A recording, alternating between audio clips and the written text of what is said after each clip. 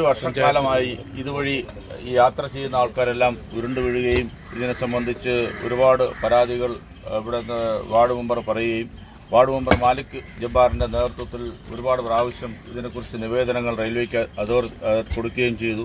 പക്ഷേ അതൊന്നും നടക്കാതെ വന്ന സാഹചര്യത്തിൽ കണിയാപുരം ഡെവലപ്മെൻറ്റ് ഓർഗനൈസേഷൻ അതിൻ്റെ പരാതി കൊടുക്കുകയും അതിന് ബന്ധപ്പെട്ട നേതാക്കന്മാരെ അതിന് ബന്ധപ്പെട്ട ഉദ്യോഗസ്ഥന്മാരെ കാണുകയും അതിന് റെയിൽവേയുടെ അധികാരികളെ അറിയിക്കുകയും റെയിൽവേ അധികാരികളുടെ നേതൃത്വത്തിൽ ഈ കുഴി മൂടുന്നതിലേക്ക് വേണ്ടിയുള്ള നടപടി അടിയന്തരമായി സ്വീകരിക്കുകയും ചെയ്തു. ഇന്ന് അതിൻ്റെ പ്രാരംഭ പണികൾ ചെയ്യുകയാണ്. കുട്ടികൾ പഠിക്കുന്ന സ്കൂൾ മുസ്ലിം ബോയ്സ് ഹൈ സ്കൂളിൽ പഠിക്കുന്നുണ്ട്.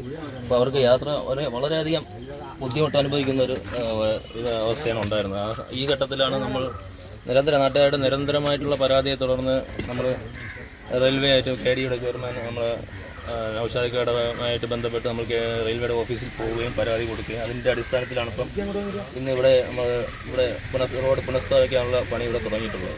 എല്ലാവരും വളരെയധികം 5 മാസം കൊണ്ട് കുഴിയെടുത്തിട്ട് നികത്താൻ സാധിച്ചിട്ടില്ല. ഇപ്പം എന്തായാലും റെയിൽവേ ഇടപെട്ടുകൊണ്ട് നാട്ടുകാർ ഉൾപ്പെടുത്തി ഈ നികത്തിക്കൊണ്ടിരിക്കുകയാണ്.